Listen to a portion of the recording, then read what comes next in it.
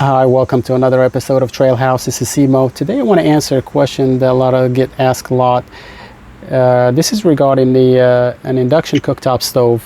Some people, when I travel, they ask about this, especially when they see my solar system and they see that I'm only using one battery and I only have 2 solar panels. And I say, well, how can you use that on just one battery? And the key here is the wattage that comes with the appliance itself. So I do want to answer that question for people that are looking into getting something like this, but they're not sure because their system, they think the system might not be able to supply enough power to operate this. So I'm going to answer that for you, okay, without confusing you with the amps and the wattage and the voltage and calculations. I'm not going to do that. I will make another video and talk more about that, but this episode, this video in particular, this is just going to answer the question to either yes or no, and the answer is yes, you can. Let me give you an idea how big my solar system is. I have 2 solar panels. I have 100 each, so I have a total of 200 watts, and I do have one battery, which is a lithium iron phosphate battery. So if your system is similar to mine, you can use this, but there is a but. Now let's talk about the inverter. The inverter, obviously, if you don't have an inverter, you need to get an inverter. But if you already have an inverter, it depends on the inverter, because I think 1,000-watt inverter is the minimum in my opinion. I suggest that you get either 1,500 watts or even a 2,000-watt pure sine inverter. In my case, I do have a 2,000-watt inverter, but that is because I want to upgrade my system to operate other machines. 110 machine that I plan on using in the future. So there's just an idea to keep in mind that if you want to use an inverter, so start with the 1,500 watts. The key to use this, an induction, because this, by the way, these induction cooktop stuff, they only come in AC, 120 volt system. They don't come in DC. So just to be mindful, if you're looking for a DC cooktop stove, they don't make them. So this is a household appliance. This is probably one of the number one reason why people dismiss this option. They just dismiss it. They said, okay, it's going to deplete my battery. I don't have enough. I don't need it. Before we get to that point, that you can use it, let's talk more about the benefits. Why I have this now compared to something like this, because I've used this for years. I love this one, by the way. I still like this thing. I still use it, but not as a primary stove, because I use this as a primary. This gas one, again, this is not a sponsored video, but I just like this product. It's a simple design. It uses either butane, it's a dual fuel, it uses butane or propane, obviously. And this is great. It's portable. I can even use it indoors, outdoors. I can use it just about anywhere I want to. I do have a screen if I use it outside because of the wind. It just works great. But again, the problem with these, again,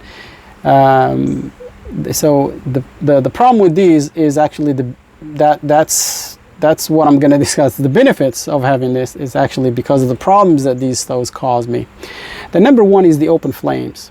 I really never like the idea of having open flames inside the rig, especially in the morning, at night. Sometimes I'm tired. I go for a hike. When I come back to the camper, I'm tired, and I've had some close calls. Either, I keep the stove on, or I just walk away from it, and I never felt comfortable with it. Sometimes I had a close call with this paper towel dispenser here, because as you can see, I just never liked the idea of having open flames. Also, I have blankets, pillows, when you get ready to go to bed, you have clothes everywhere. You had same thing when you get up in the morning, because it's a small space. Let's face it, 6 by 12, things are not going to be in place. So just keep that in mind.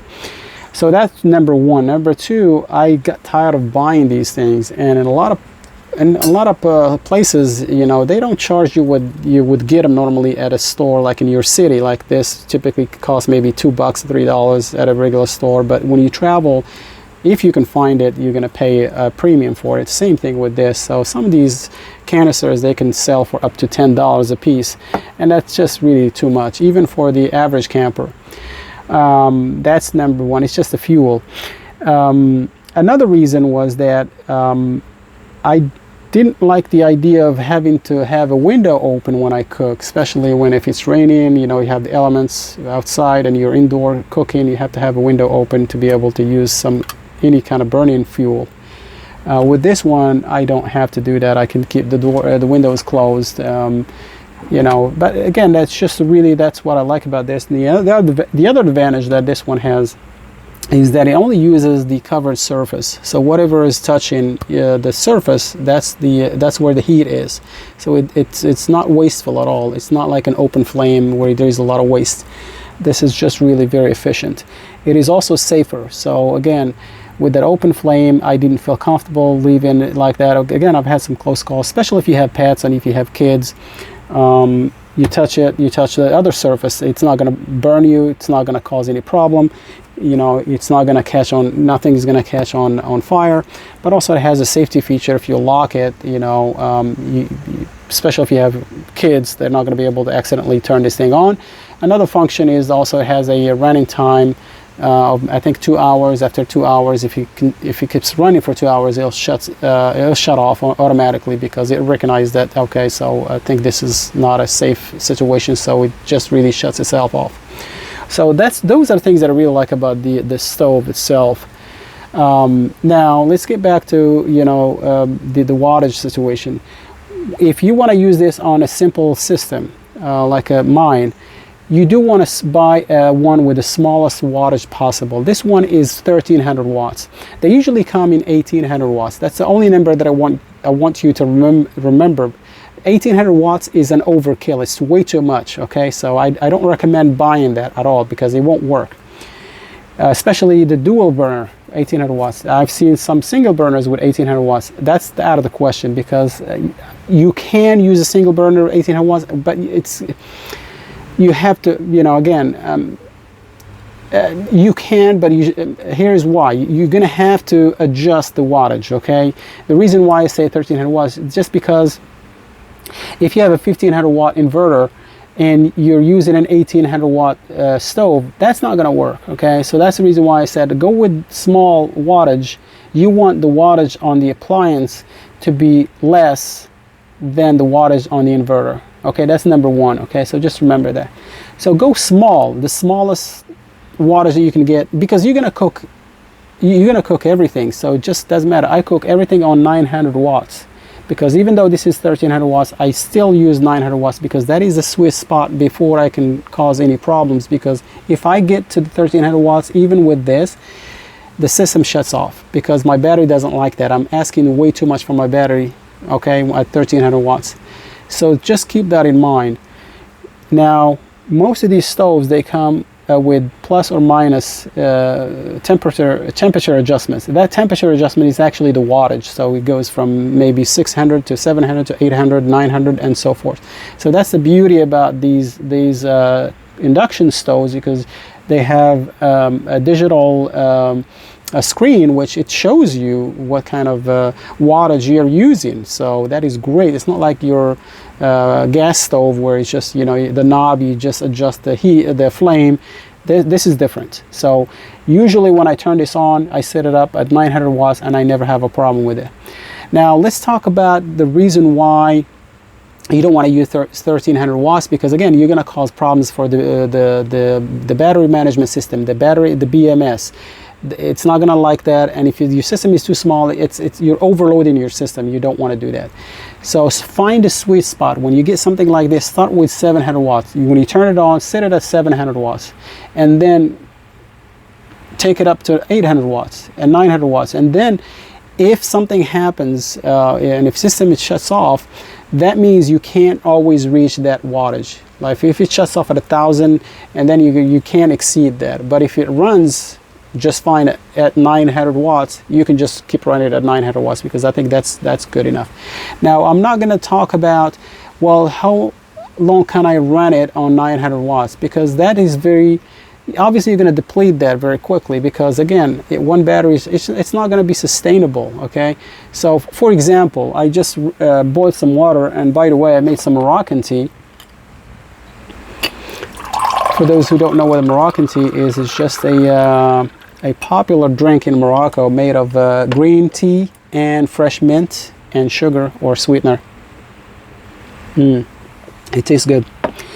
For example, I boiled water a few minutes ago. I boiled maybe about a cup and a half of water, and it took me about 4 minutes or so. Now on a 1300 watts, it would only take me about 2 minutes. Okay, there is an option here on the stove that would say, hey, if you want to boil water, just click here, and then it will take it to 1300 watts, but that will shut off my system. So I don't want that. So I can still boil water on 900 watts, but it's going to take me a little bit longer, maybe 4 minutes or so. So that is the key here, okay? If you're okay with that, you can still boil water, you can still cook, but it's not going to kill your battery. Now you can't run this at like 45 minutes at 1000 watts and expect to have plenty of juice. Now just give you a little bit of numbers, just to give you an idea that when I run this for about 4 minutes or so, or 5 minutes, my battery was 100% charged, and then I got it down to maybe 98. So that gives you an idea, or 97. So I only use about 2% or so. I use it for about 5 minutes or so. Now that gives you some idea what kind of usage that, or the percentage of that battery. So I can't just run it for 45 minutes and then run it. I can run it maybe for 10 minutes, 15 minutes, 20 minutes in the morning, as long as there is sun. I want my battery to recover, okay? So keep that in mind. You can't use this for 30 minutes, 45 minutes in the evening, because you are going to be in trouble. You have lights, you have fans, you have a fridge to run during the night, so I don't recommend that. So always start using it in the morning, maybe 15 minutes, 20 minutes in the morning, maybe another 15, 20 minutes at lunchtime. And then in the evening, maybe 10, 15 minutes, but don't overdo this, okay? Now, one tip that I'd like to give you is that when you try to use this, try to use something that is gonna help that cooking process, make it faster. It's gonna expedite whatever you're cooking, it's gonna expedite it, and whatever time you're gonna lose on a 900 watts, you're gonna gain by using something like this, the pressure cooker. This can cook just about anything in less than 10, 15 minutes. Just keep that in mind. So this is how I kind of, recover from the loss of time here. So I gain it back by using a pressure cooker. So that's just a tip that I give you. Now, one thing that, I suggest that you use with this, because you have to use stainless steel, or you have to use cast iron as a surface. It has to be flat surface, but you can't use aluminum on this. It won't work. But again, they are great, very safe, very nice, very clean. I feel comfortable using them in the morning, in the middle of the night, if you want to just make a coffee or tea. I don't have to worry about anything open flames. I don't have to worry about open a window and do any of that, because this is really nice. Again, I'm not dismissing this at all. I still use this. This is a great to have. I carry it with me all the time. It doesn't matter where I go, I always have it. And I also have another one. I have a Coleman small single burner stove that I carry with me as a backup as well. So just you can still keep your stove like this one, but if you're thinking about adding something like that, that is going to be a great addition to your system. Again, if you already have a solar system in place, with an inverter, if you have an inverter, you only need the stove itself. But if you're worried about depleting your battery and things like that, again, don't worry about amperage and voltage and wattage and all that stuff. The only thing that you need to remember is that buy the lowest wattage appliance that you can find, and then make sure that whatever you find, if you find 1200 or 1300 watts or 1400 watts or 1500 watts, start low, because you can control that wattage. Okay, start low with maybe 600-700 watts and keep going up until you get to the sweet spot. Ideally 900 watts is just more than enough, really, for a single person, maybe 2 people, to cook maybe a decent meal in the morning, another one in the lunch, maybe lunchtime, and also in the evening. But if you're going to just make coffee or tea, this is not a big deal. I mean, I really love the convenience of having this, turn the button, and also I have a button here. I mean, I can turn this on and on. This is the on and off switch for the inverter itself. So when I'm done, like now, so see, that's on. You heard that beep, that's on. Now it's off. So when I'm done, I can turn off my inverter. That means there's nothing here that can go wrong at all. There is no way, if you have kids, they can step on this, they can play with this, they're not going to do anything. As long as you turn off that inverter, you're going to be okay. So I hope you got something out of this video. If you did, please give me a thumbs up. If you have any questions, please leave them in the comment section. I'll be more than happy to answer those for you. But for now, I'm going to enjoy my Moroccan tea. Have a wonderful day. Tastes good. Bye-bye.